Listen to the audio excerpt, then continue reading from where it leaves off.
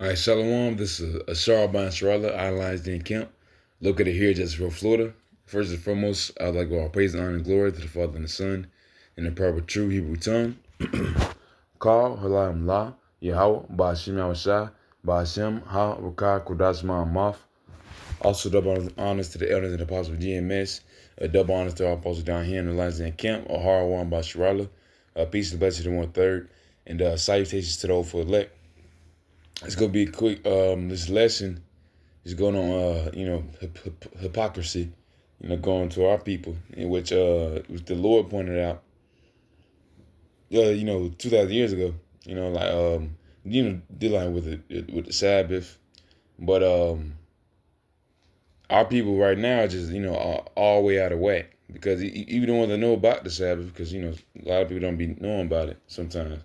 At least as far as like Christians and Jehovah's Witness, they'll know about it, but they don't really know about it. They probably heard it, you know. But and plus they'll be like IURC. They'll go by Friday, Saturday, and stuff like that. But just going into the law in general, because right now, shoot, we still have the Ten Commandments. We still have 612, minus the other law going to sacrificing. That law, such commandments that we need to follow to the best of our ability. Some people follow, Christians, they'll follow the commandments, they don't follow the rest of the laws, which is, and they'll say because the Testament was given in the old, the laws are given in the Old Testament, but the Lord didn't come to throw away the laws. He came to fulfill them, and through His prophets, they're gonna try to follow them to the best of their ability to show that try to be to show their hope and their faith, and to show their word, man. And as well as the be on the highways and byways, because not just following laws, you want to be on the highways and byways and teaching the proper doctrine. That's also a law, man. You don't want to be a hypocrite in that way either, because that would be the worst way. As an actual man of the Lord, you won't be a hypocrite like that. All right, so I'm gonna just go get this is was it John chapter 7, get verse 20. Actually, I guess it was verse 21. Start right here. Yahweh answered and said unto them, I have done one work, and you marvel. Going to make circumcision. I'll just keep reading. Verse 22 says, Moses therefore gave unto you circumcision, not because it is of Moses. It wasn't it wasn't the job of Moses to give the laws to his people. It was because, once again, but of the fathers. It was ultimately because our Father in heaven, the Most High, to give these laws and commandments out. It says, and ye on the Sabbath, and ye on the Sabbath day circumcise a man. If a man on the Sabbath receive circumcision, that the law of Moses should not be broken. Are ye angry at me because I have made a man every whit whole on the Sabbath day? All right, so judge it not according to appearance and judge righteous. All right, so in today's time, you have a lot of hypocrites, reprobates, that actually just don't want to follow the law, accordingly. Yahweh was, of course, making a man everywhere more whole. That's just like teaching. That's the only thing we can do right now. You can't circumcise when we can only do a spiritual circumcision or a spiritual baptism, which is charity within itself is a act of work. But we're doing it for the Lord. We're not doing it because of our own selves. We're doing it for the Lord. And shoot, and going to the point, it says Moses, he the one that gave the laws, given to him by the Most High, and ultimately our people don't even follow them. They disregard it, And shoot, as far as going to circumcising somebody on the Sabbath day, they totally disregard it, because only laws or statute commandments that they probably have in their minds, as far as Jake, 2/3 of our people, It's probably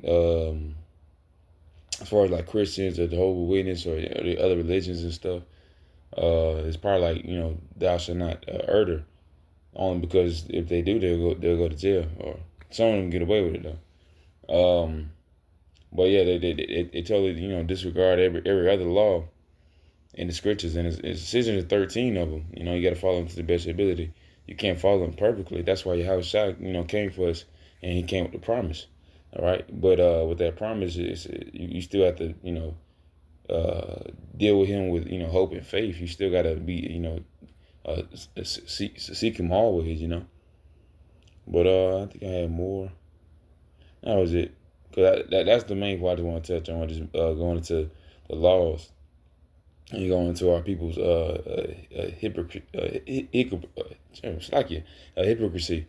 They don't want to follow the laws to the best of their ability. They'll rather do it their own way.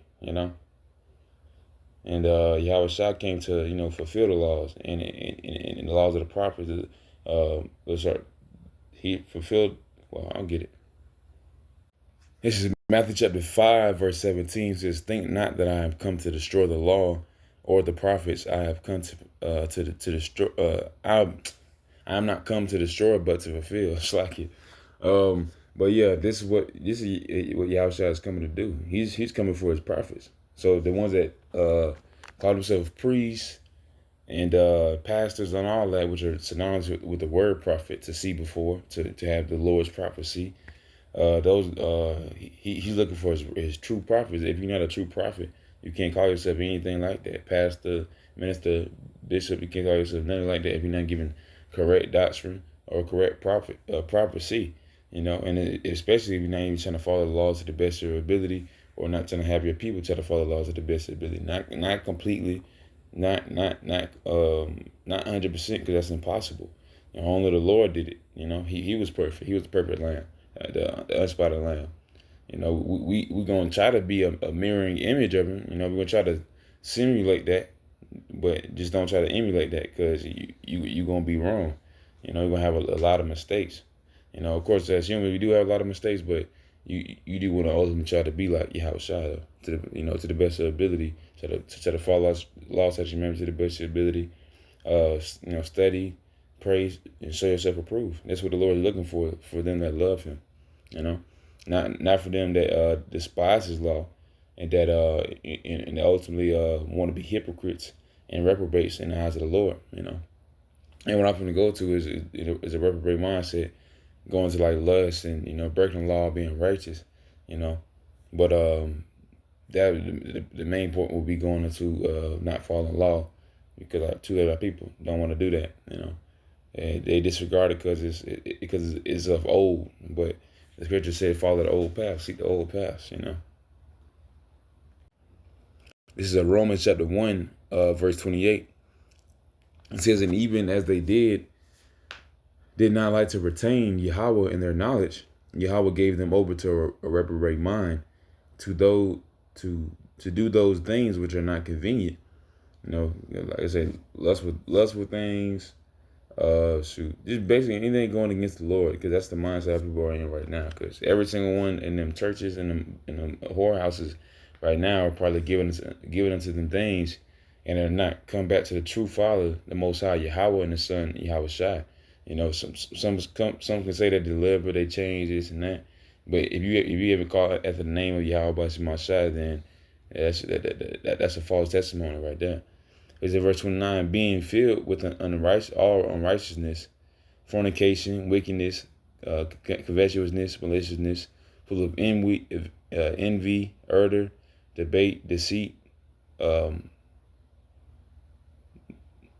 malignity, whisperers, backbiters, haters of Yahweh, despiteful, proud, boasters, inventors of evil things, disobedient to parents, without understanding, covenant breakers, without natural affection, implacable, unmerciful, who knowing the judgment of Yahweh, that which such things are worthy of death, not only do the same, but have pleasure in them that do them." All right.